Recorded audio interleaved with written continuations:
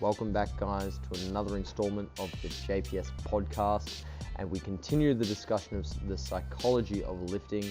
And as Mike Israetel left the conversation, we were joined by McCarthy, and him and Eric Helms discussed some of the practical considerations relating to lifting sustainability.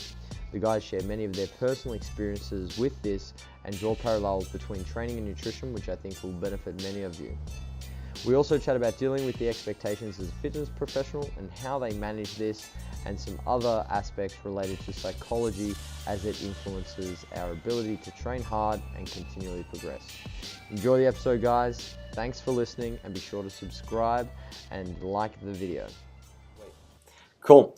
So we just finished up roasting you, Ian. I was talking about your deadlift video and how people were criticizing you for being a bitch. I've heard Baha made a video. Yeah, I watched it yesterday. Well, people still watch Blaha? I listened to him just for the lols, man. I think he's fucking... I just laugh at him because it's so amusing to... Yeah, I mean, I'm actually not, like, personally upset by that. When someone first told me, because, I don't watch his stuff to be aware of it without people telling me, my response was, I think he has every right to do that. I mean, I did post the video publicly. So whatever you post publicly, like, people have the right to criticize it. My only concern is, do I want to spend any time engaging with that? And the answer is no. Absolutely. So I did end up blocking about 10 people, just the people with the, I've never interacted with them before, straight to the insults. And then once... you can kind of tell when something's happened when you get like 10 really dumb comments like in 7 minutes. So finally I just disabled commenting on that post. And then I actually made my Instagram private. And I'll either today or tomorrow I'll make it public again, and it won't be an issue. So, but also I wanted to apologize for obviously fucking this up. Full disclosure, my the fatigue I've been dealing with as a result of depression has been really crushing. I can only describe it as, imagine being the most tired you've ever been, 6 to 8 hours a day, like minimum. And so, things related to that is why I'm so late today. If it weren't a real medical emergency, then my ability to do things like this would be improved. No, it's all good, man. I hope you're all right. All good, bro. Yeah. All good. So, do you want to get into talking about lifestyle management and lifting sustainability? Ian, considering that you are lifting for life and no bullshit bodybuilding, do you want to talk about what are the key factors you see in improving somebody's lifting sustainability? Obviously, you've been going through quite a significant, battle with your own personal issues, but you've still managed to continue to lift. Which I see as rather impressive. So do you want to talk about how you've managed that and some of the tips you have that listeners may find useful? Sure. I mean, first I want to say thank you. I tend to think I do a really shitty job, but I'm probably my own worst critic. But I think there are a number of really good ways to approach this. One of them being, you need to get a good sense of what you can actually do, because it's easy to conceive of this perfect situation where you have unlimited cash flow. Also, you don't have to work. Also, you have 2 people working full time to cook all your food. You have access to any gym 24 hours a day and so on. And that might actually be a fun thing to work on as kind of something to amuse yourself in the middle of the day. But how many, maybe like 6 people on the planet are realistically in a position vaguely like that, kind of top 6 at the Olympia. So for the rest of us, it's going to be somewhere else on the continuum of that's one extreme and the other extreme is, never lifting. Just being very honest with oneself in terms of what you think you can do. And I've even tended to, I'll ask questions like, how many days a week do you think you can lift? And people will tend to want to give a range. So they'll say like 4 to 5 days. So I say, okay, shoot for 4. Actually lowball it such that it's easier to get over the bar because the bar is lower to begin with. And if, 16 consecutive weeks, you make it to the gym 4 times a week, you can probably add to that. But man, I mean, so many times I've either coached people or just, talked to people informally, and they'll say, oh yeah, I can definitely lift 5 days a week. And that actually means like 3 days in 2 weeks. I mean, there can be night and day discrepancies between what someone, I mean, part of what can be scary about all of this is someone will, and this definitely happens for me. I mean, scheduling this discussion being an example, I was, in my opinion, very proactive about scheduling the time ahead and blocking it out in my calendar and all of this. And then when today came around, the past 2 or 3 days have just been not good, and I wasn't able to stick to that. So, yeah, I would say start with a sense of what you're trying to accomplish, what you can actually adhere to, and then the rest of it is really willpower, discipline, which can be a very overused concept. I think there's much to say for habit formation, getting in the groove of, I would actually feel weirder not going to the gym. That's probably a big reason why I haven't missed that many workouts due to depression, actually, because I would probably actually feel like it would be weirder to not go. And then being cognitively flexible, I just want to note as an aside, partially to amuse myself, but it's something worth thinking about. The single kind of cognitive trait most associated with general mental health is cognitive flexibility. It's one of the executive functions, but it's the most important, arguably, or the best indicator of just this person is an okay person. So commit to something and do your best to do it. But then if you can't do the 7 days a week, or maybe it's 3 days a week, or maybe you're in the position of, why can I not remember his name? I was going to say 3DMJ Godfather. This is terrible. What is his name? Hours. Perfect. So, or you might be in the position of Jeff in 2012, I think, when he had his son. Whenever it was, for some period of time he didn't lift.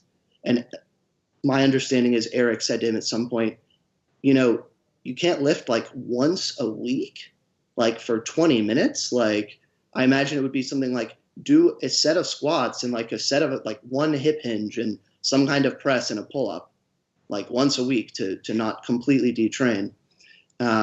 So maybe that's actually where the bar is for someone. And then again, adjusting based on how it pans out, which means you might be able to do better or worse, or maybe you got it right.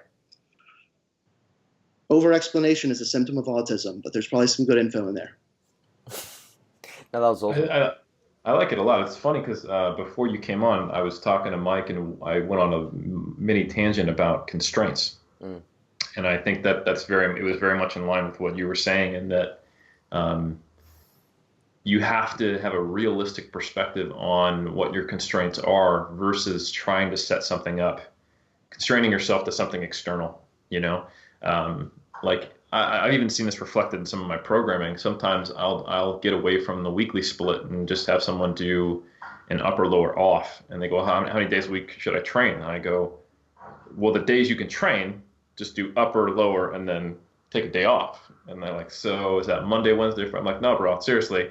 When the next training day, you'll do upper, and then the next training day, you'll do lower, and that's it. Like, it's that easy. And if you have all these off days anyway, then you can just not even have that off. You can just, if you only train twice a week, upper, lower. Next week, upper, lower. That could be full. And I think I apologize for interrupting, and I'll just I'm going to apologize now for future interruptions. I tend to interrupt because otherwise I forget what I'm going to say, honestly. But I used to write, what you're describing used to be my default way of programming. For a long time, I would train 3 days and then take 1 day off. Or I would even do something even more flexible, like train these 3 days, and then the fourth day either rest or do kind of very low intensity in the sense of low load, like upper body training, if you feel good.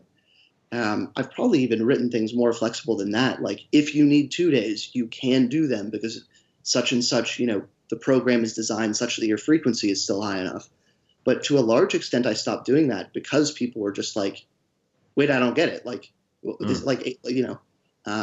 And I mean, I can empathize with that because the 7 day thing is so ingrained. But Yeah, absolutely. And it's also like you were saying that, I've just by function of being a personal trainer long enough, I would have clients who would, lose a family member or have it get divorced or might actually have clinical depression. And they had been recommended to train because from a doctor or psychiatrist on the side. Um, and it is very difficult to apply a strategy like that from the start, I've found, because the habit isn't there yet. So if you tell them train when you have availability, then nothing happens. So it's this interesting thing where you need to make these kind of hardline rules initially and just have it get done, and where it's not really an option not to do it, at least mentally. Whatever gymnastics have to occur in your brain for that to happen, I think is critical. And then once you have a few months under your belt and that's what you do, that's when you can start to utilize some of those strategies. I think I remember having a conversation specifically with one of my clients back in 2008 or 9, might have been 2010, because I think it was after my dad died, and I gave her my perspective, and I said, hey, I know what you want to do right now, since what happened in your life is that you want to go, right, I've got to dedicate all my time to dealing with this, and there's an emotional strain, and just my energy is not going to be there. But trust me, you've been doing this for 3 years. This is your anchor in a storm. And for you to say, I don't have time for my anchor while you're in a storm, it's going to be worse. And I think it's probably really tough to stick to that, where I think the first thing we all do when we have something really, really stressful that gets dropped in our lap is we cut away all the chaff, just let go of everything that we see as non-essential, because we don't have the mental RAM to deal with it. But I think that shouldn't include things that give you more RAM. Let's put it that way. I think when self-care goes out the window, that can turn into a spiral. And I've seen that happen to people, and then it's even harder to climb out of it. Yeah, I think a lot of parallels can be drawn with what we're discussing there, teaching somebody how to follow a flexible diet. I think telling people they can eat whatever they want, provided it fits their calories and macros, can just cause a lot of confusion. Like, I don't get it, because those habits and the skill of restraint isn't built in, so to speak. Same with training. I think, like you guys are alluding to, there needs to be some structure, rigidity. Those habits are clearly established, and just getting to the gym habituated, and then starting to teach people obviously the principles and giving them greater autonomy and flexibility, like you're discussing. But yeah, I guess that's a really good continue. Particularly with regard to diet, I didn't really make a decision to do this, but I've just found myself having more interactions with, I'll say, lay people recently relating to diet. And it has really struck me how effective restriction can be, as long as the psychology involved does not become pathological. If you just say, if you have someone who, and there's so many people like this, it actually makes me question the literature on flexible dieting, to be honest. Not saying that the conclusions are untrue in terms of generally it does generate better outcomes, but yeah, you might have someone who you basically give them a meal plan, or perhaps you just say, okay, every time you eat, when you keep ice cream in your house, you reliably get out of bed at 11 p.m. and eat half a gallon of ice cream. And when there's no ice cream there, you don't even think about it. Never buy ice cream.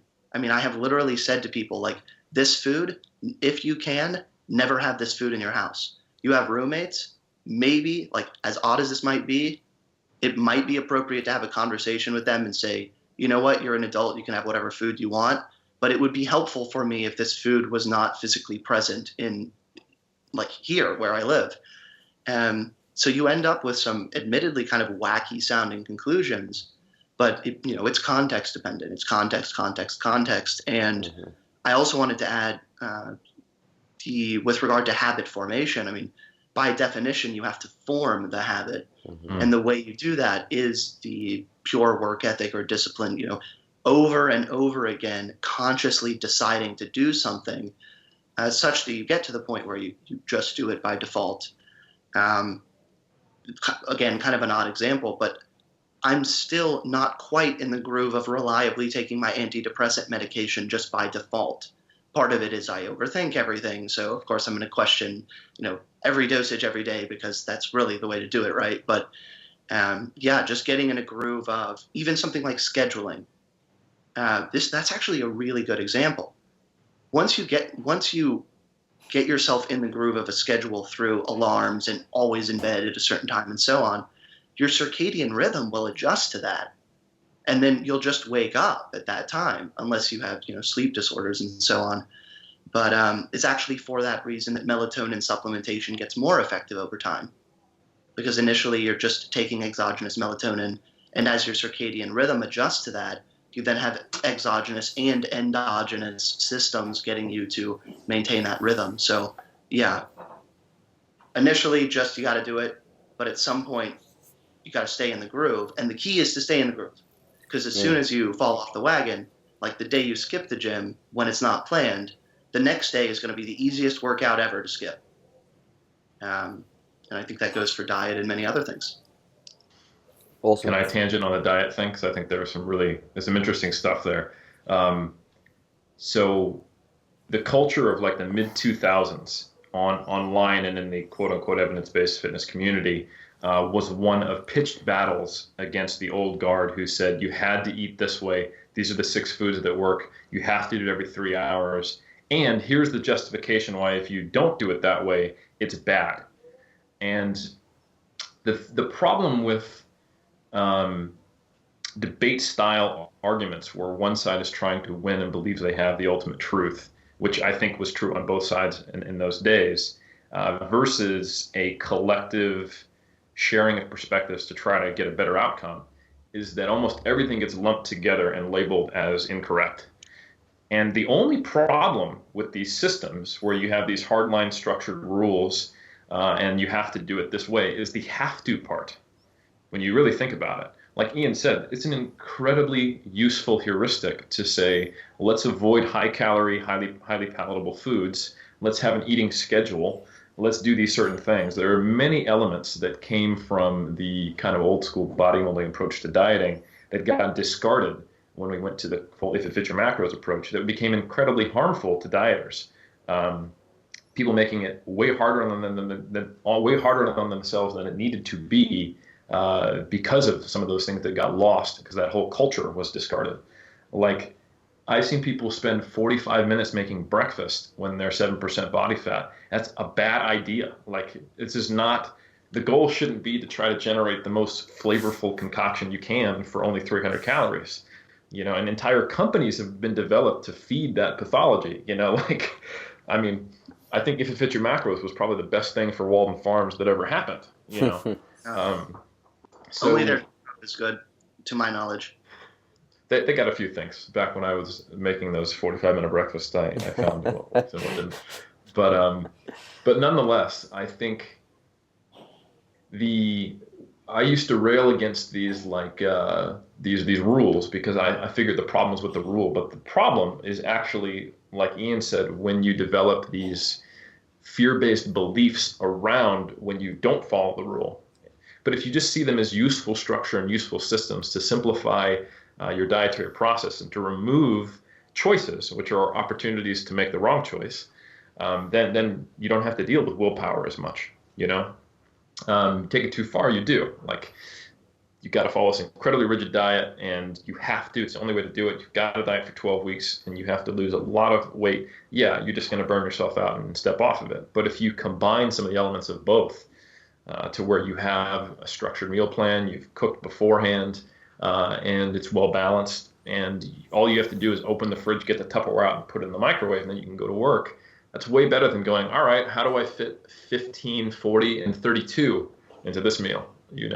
That requires a lot of thought. So I think there's a lot of value in looking for these heuristic, simplified solutions, like we were talking about with both training and nutrition. So long as they don't have these fear-based, pseudoscientific explanations under them. And also to your point about it makes you question the flexible dieting research. I think one big weakness of the flexible dieting research is that it's all it's almost never on an intervention to try to make someone more flexible. It's just looking at people who are that way or are not that way. And it's compared to people who are super restricted, and rigid dieters versus it's just saying, hey, is it better to have a flexible dieting approach or something that where you have this structure emphasized approach? Because I do think if you just took the general pop and you said, hey, read this article that's 400 words from ifitfityourmacros.com and then use this calculator and then you're free to get unobese. Or if you gave them something like Weight Watchers would crush If It Fits Your Macros in the general population because it gives them a point system, heuristics, do this, even though they're fundamentally the same thing when you look at it from a nutrition data perspective. Awesome. I think, to round up that whole, sustainability, we obviously started touching on nutrition there, but sustainability in lifting and lifestyle management, we could say that systems are very useful provided that they're not fear-based in creating sustainable habits and minimizing the amount of decisions we need to make. So really good discussion and points there, guys. I guess moving forward... One thing, I'll keep it really brief. I just wanted to add that Gary Vaynerchuk is now the latest meme in the internets, as George Bush would say. But he will occasionally say something that it couldn't be more true in my mind. And one of his recommendations is make quick decisions and then adjust to those decisions. And this explanation is actually going to be a little longer than I intended because more technically, this is the distinction between what I think is called like stratifying. It's like the combination of the word strategy and sacrifice, and it's used in the literature relating to decision making. And that means of making decisions is basically comes down to, given all of the possibilities available to you, whichever one arises first and is good enough, not perfect, but acceptable, do that. Versus what's called maximizing, where every single decision you make, you endeavor for it to be truly the best reasoned, most rational, considering all of the available information, etc., decisions. And stratifying, that might not even be the term, but basically not maximizing, destroys maximizing in terms of subjective satisfaction with the outcomes, because you make many more decisions and many more good decisions. Like you're actually ultimately more satisfied with the decisions you make because you can't maximize. It's actually not possible. You don't have enough information. Your reasoning faculties aren't good enough, etc. So when it comes to all of these things, it's one of the things I've most benefited from as someone who's tended toward, too much kind of let's rationally analyze like everything. Should this be like 655 or 7 minutes and so on, is making faster intuitive decisions and then pay attention to what happens and then be very willing to throw out what you're doing if it's not working, or if it is working, keep doing it. And then you will end up, so the it works for me thing is almost like, I tend not to say it because of what's attached to it, but I've had the thought repeatedly that it's almost one of my favorite concepts now, because you might end up way over here where 4 meals a day are like identical and then your 5th meal is always different, or maybe every single meal is always different because you are incredibly flexible, incredibly low stress. It doesn't take you the 45 minutes to make the breakfast. It can be a different breakfast every day and it takes you 14 minutes. Or someone might actually end up at the extreme of they basically eat clean, like pure clean, however you want to define that, but it actually generates the best outcomes for them, and they don't feel restricted because when they loosen things up and get more flexible, they get more stressed out. So, short explanation.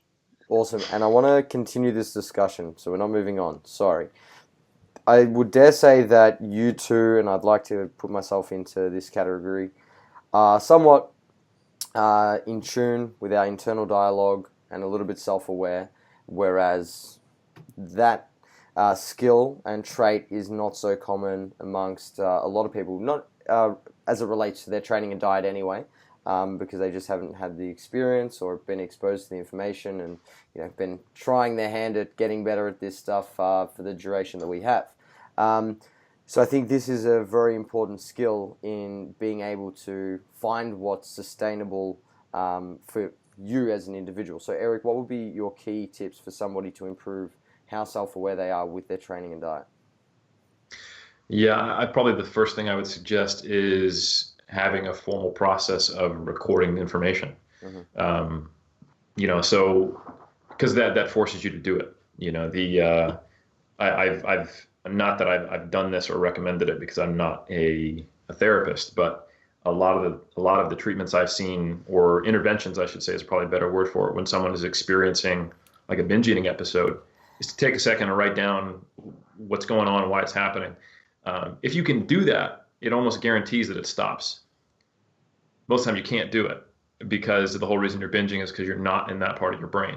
And that's why when you get into that part of your brain, it gets you out of that behavior. So the definition of a binge eating episode is that you lose a sense of, or part of the definition is that you don't have a sense of control over it. It's not what you actively want to do with all of your brain. So if you can write down why you're doing it, it starts to lose a lot of power.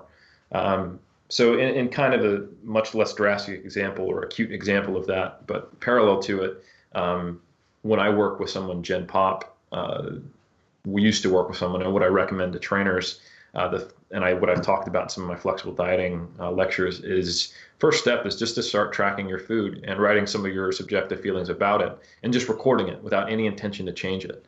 And I think that generates the dialogue that exactly what you're talking about that some people lack.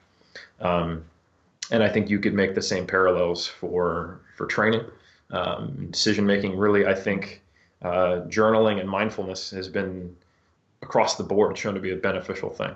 And I think you just need to create some kind of structure to apply it to these concepts, and then I think that will really do a ton. Meditation is also great. Just I think sometimes the modern world does not present the opportunities to develop self-awareness and mindfulness. So you might have to artificially create that space with something like, an app on your smartphone, which is one of the most ironic things ever, but it's incredibly effective. So those are probably my two big recommendations and things that I've actually used as someone working with others. Awesome. Ian? My first thought was pay attention, and that if I were a viewer of this, it would be easy to think, well, that's completely useless. Like, great, Nike, just do it.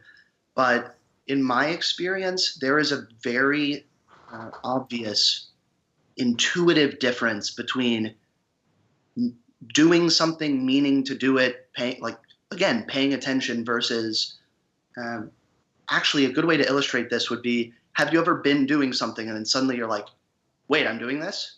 Like, you may have made the decision to do it and you're doing it, but then you just suddenly have this moment of like, what's going on almost. Like when you accidentally drive home when you're trying to drive to work. Yes, or I'm trying to think of other. Or when you turn the page 3 times in your book and you realize you were reading it, but you didn't actually pay attention and understand anything you just read. That is actually a great example, and that's happened to me many times. It's quite frustrating, but I will read like 2 paragraphs of something, thinking I'm paying attention, and then it suddenly occurs to me that I have no idea what I just read. I could tell you nothing about it. Mm-hmm. So really endeavoring to be present, and again, there are kind of similar concepts that are easy to be skeptical or critical of, like, live in the moment. But something that I even mentioned to my best friend last night is because he had told me that he's benefited a lot from actually trying to enjoy every workout and so on. And I said, it can seem a cliche, but it's true. You only live the process. I mean, interesting example. I think Lane mentioned in a video that he got his PhD and he was like on top of the world for a week, and then it was just normal living. It's a really weird direction in which to go with this, but you're having me on here, and I'm probably the only person in the fitness industry who would actually say this, but dopamine, it's usually conceived of as being the reward neurotransmitter. Like you do something awesome and you have this big secretion of dopamine, and that's why you feel awesome. That's the neurochemical explanation. That might be true to some extent, but simplifying it gets it wrong in terms of the time course. Dopamine drives motivation. So dopamine you don't get a ton of dopamine when you do something that makes you feel accomplished. You get that secretion of dopamine beforehand in anticipation of it.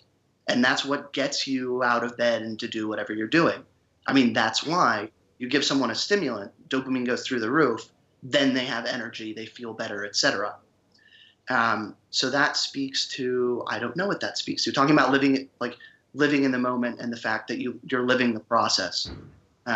So endeavoring to actually live in a manner that's consistent with the fact that whatever you're shooting for is just a concept. Actually, you're here. This is your life. That will be your life, but it isn't. That was kind of weirdly more philosophical than I intended. With regard to the recording things, I do think that's can be extremely valuable. And that really comes down to issues with memory. And I find that there are at least two problems here. One is just forgetting things. Now, this happens to me like 50 times a day. I mean, I have genuinely very severe ADD, which means every single day I make a point of putting my keys in the same place, and almost every single day I forget what that location is. So that kind of memory issue. Oh, I just ate a cup of rice, and it was like 3 cups. Also, you tend to find that people misremember things either in their own interest or not, depending on the psychology of the person. So some people kind of lie to themselves. So like if they don't count, they'll say I did 15 reps and it's on video and it's 12 kind of thing. Or you'll have someone who's really hard on themselves and they'll say like, my form was completely terrible. Man, that set was trash. I shouldn't have done it. You show them a video and it's flawless. So it forces objectivity. It forces you not to rely on memory in terms of just error, and additionally error that's biased. And then again, it comes down to making adjustments on that basis, in response to the evidence. Yeah. I think there's some awareness there, or I'm generating some awareness on what you just said, that there's a lot of value in coaching because of those things. Mm-hmm. Like for example, whether you're doing an email report or a video report, talking to your camera and reporting it into your coach on a weekly basis, you have to reflect on the week. You have to write down your macros, your training.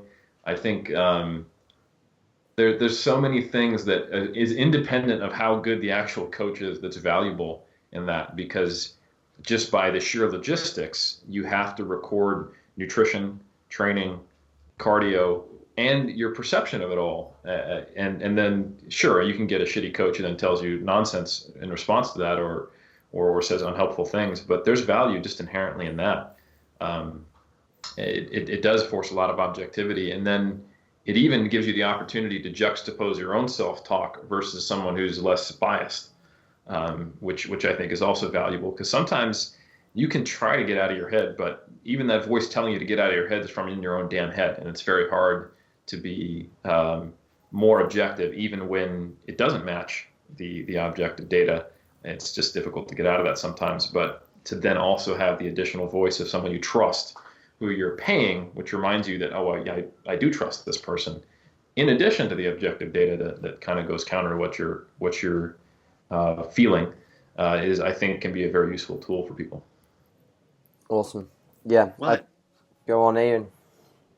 Jacob, please do feel free to tell me to shut up at any point. If you want to move on, I won't be offended. But go. Gosh, there's just so much like gold there. One thing is interesting where you went like this and this. It immediately made me think of what's called the double column technique.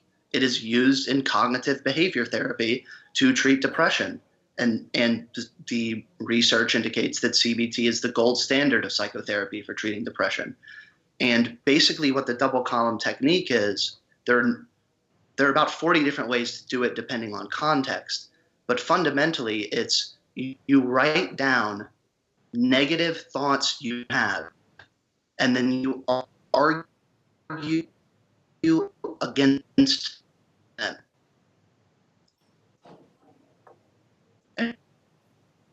And what is so striking about that of people that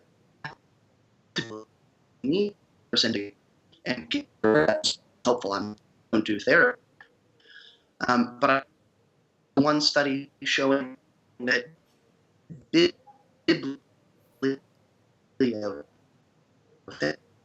read it that talks about the other depression. You can apply that to so many things. You think it might even something that is distorted in a positive way. Oh, I had an awesome week. My diet was amazing. Then you look at a food log and it's like 17 kilos of ice cream an hour.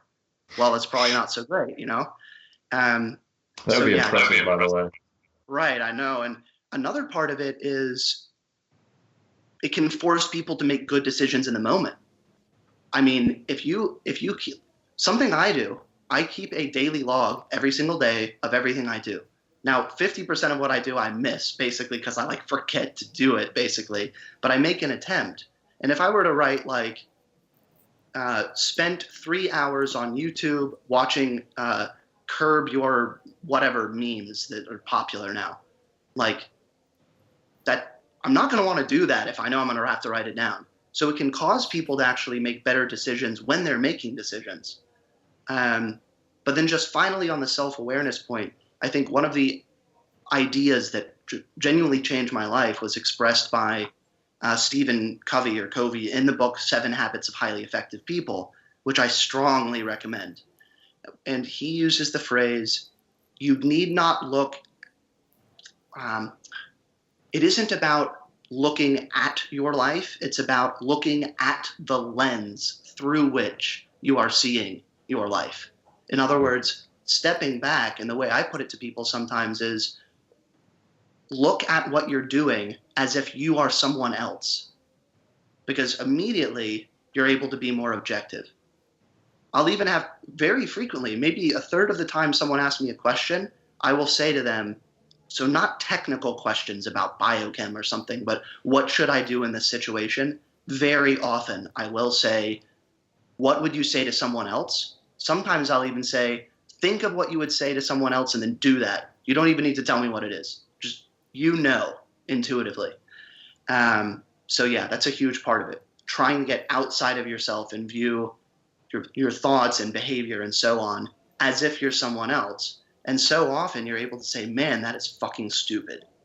Whatever it is I'm doing, that is just that, that is not consistent with who I want to be, what I want to achieve, and so on. And then the just pure having the metacognitive override to do the right thing comes in. Awesome. That's a very common way of self-coaching is, what would I do if this data that I'm looking at that's mine was my client's? What would I tell them to do? 3 cc's. Yeah. Thought it was 600 milligrams. Awesome. And I think just as time starts to wrap up, one thing I wanted to speak to you both about was dealing with expectations as a fitness professional, both from an athletic standpoint as well as, being an educator, Eric, and content producer, Ian. How do you guys manage that? What have been your experiences with obviously increasing amounts of fame or popularity over the years? Eric? Oh, I had an idea how I wanted to answer that, and then when you said with increasing popularity. Sorry, man. You're very unpopular, Eric. I should answer this. Not the Hodge twins. Always a solution to everything. I think so when you're a fitness professional, you're going to be in a position of authority, whether you really like it or not, or even if you have a non-authoritative stance to coaching, you're going to be seen that way. And I think that's something you have to realize, because that also puts you in the position of setting the stage for what the interaction should be like. So I think, I can't remember who said it, but there's a really good quote, we teach people how we want to be treated by the way we interact with them, So if you have a client who emails you every 10 minutes and then you respond to them every time they email you, that will keep happening as an example of what I mean by that.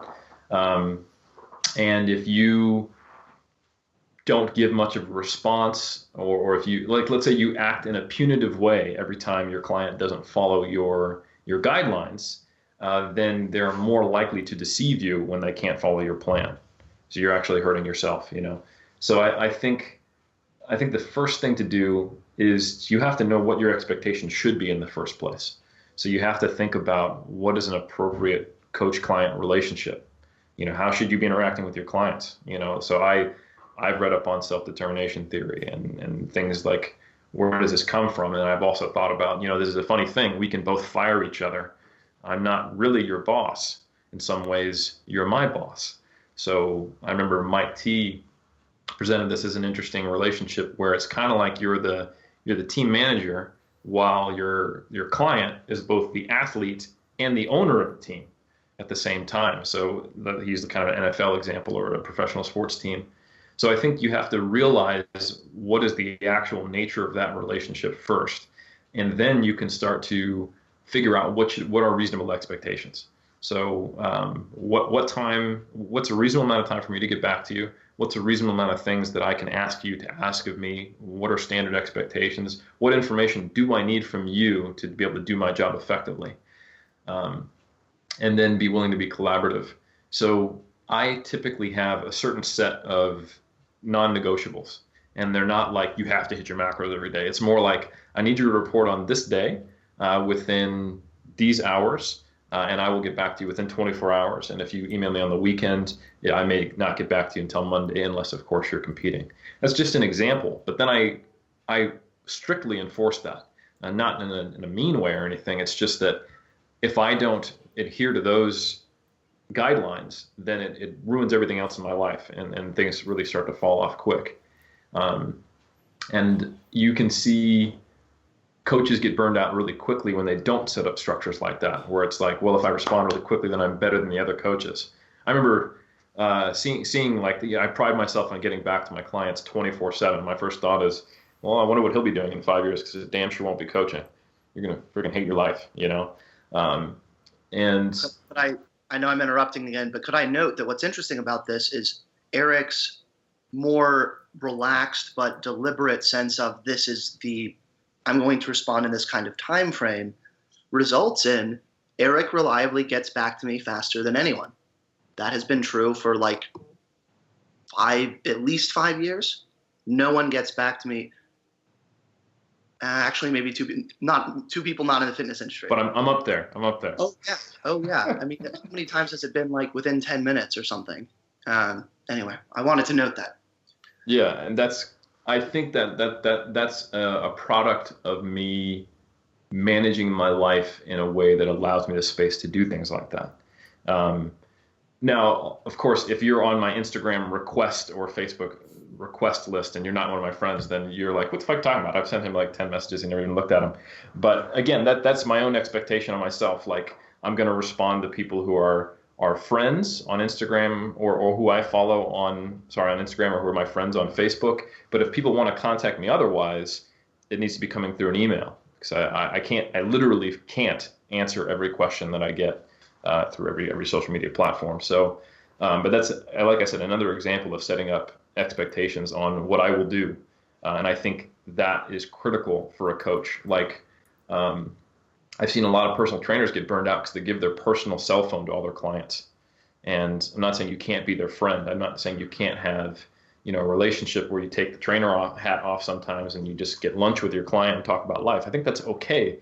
But at the same time, if you teach your client that every time they get Chinese food and they weren't supposed to, there's a crisis and I need to call you and you got to talk me down from doing 3 hours of cardio, that's not helping them. That's really kind of putting them in the situation where they have no agency. So I think it's critically important to set up a set of expectations that go both ways. So you can also have accountability for you doing what you say you're going to do as a coach, and that your client knows where their responsibility ends and where your guidance begins, so that they can actually progress and hopefully not need you to the same degree later on, if we're actually trying to help people develop better lifestyle habits and changes. Yeah, awesome. Ian?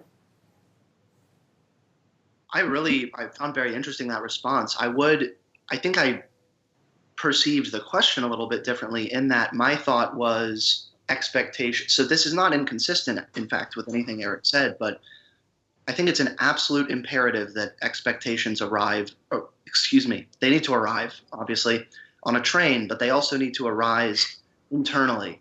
They need to be your expectations. So, I mean, look, being very frank, the reason why in this moment I'm not upset about the fact that Jason Blaha made a video discussing the fact that I lift very light or whatever it was, is because I train very deliberately in that style. I believe it to be ideal for me. I've been making progress, et cetera, et cetera. It works better for my recovery. And yeah, I totally understand why someone would laugh at that. So in other words, if I were to impose on myself the expectation, you've been lifting for 10 years, so you've got to be able to deadlift like at least 300, come on, you bitch, then there would be an issue. But they're just, if I thought that were the wrong way or whatever, I would alter my behavior to be consistent with my own expectations. So, but interestingly, I do think that needs to be balanced with being grounded in terms of understanding how other people will respond to you. So I am extremely turned off by the statement, I don't care what anyone thinks. First of all, the people who say that pretty reliably care more than average about what other people think. I mean, ask the question, why are they making this big point of saying, I don't care what people think? Also, if they actually did, there would be something wrong with that. That isn't normal human psychology, not caring what other people think. But again, it's a balance between, it's not taking this person's values and imposing them on yourself, even though deep down you don't agree with them. They're not yours. But at the same time, you don't want to be someone who simply doesn't care about other people and their perception and so on. So again, using a very real example, my hope is that my behavior is much more mature than it used to be. And the fundamental reason for that is I assessed my own behavior and decided that it was inconsistent with who I wanted to be as a person. But do I care about the fact that people respond more positively to me now? Absolutely. If I were to say, I'm more mature for my own sake, I don't care about anyone else, they can think whatever they want, it doesn't matter. If they all hated me, it wouldn't matter. That would be not an appropriate attitude. So again, it's that balance. And as a result of that, I think you end up both very secure in yourself, but also someone who is frankly very attractive in the sense of you're able to engage with people in a mature manner. You don't perceive things as attacks and so on. And to be very frank, and I'm very much not someone to say something like this just to flatter someone, but Eric has struck me as being one of the best people in the industry in that sense. He will basically engage with anyone, even if they're highly critical. It seems very rare that anything irritates him. And when he's kind of doing his own thing, and maybe, I mean, I can't really think of an example of where someone really wished Eric used tons of tren or something. I don't sense that would be an issue. To the fame and popularity point, I'm in the camp of, I actually got this from Eric. He said something in a podcast about 3 years ago now, like he always asks himself, before I put anything out, I ask, will it benefit the world? I think that's a good standard without wanting to make it, this is going to be iconic. Everyone is going to talk about this Facebook status like it's Orwell's 1984. But really, often I will have the thought to post something and I'll just be like, wait, why? Maybe it's it's not going to move anyone forward. It's not going to be worth anyone's time. And just kind of apply that to everything and then be very consistent in doing that. And people respond. So. Awesome. And to take this, I guess, from different. Do you mind if I say something, Jacob? Oh, Eric, yes. Of course, you're always butting in. Well, first, I just wanted to say I appreciate that, and that's useful feedback because it lets me know that what I'm trying to do is at least moderately successful. I will say that things definitely bother me.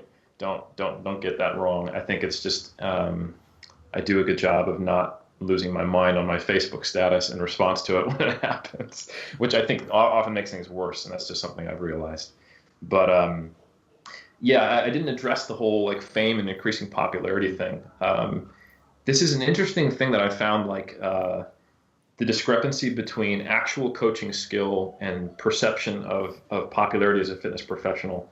It's big, you know. Like, for example, myself and Alberto have a lot more followers than the rest of the 3DMJ coaches, and that's not necessarily a reflection of who's the best coach. In fact, so since 2014, I brought my coaching numbers from like 30 to 40 weekly reports and 4 to 5 Skypes with someone per week, half of those being recurring, down to like 2 clients and a Skype every month, 1 Skype. In that same time, for example, like Jeff and Brad have maintained that same level of coaching for 4 years. So they've literally had 10 times the number of people they've worked with.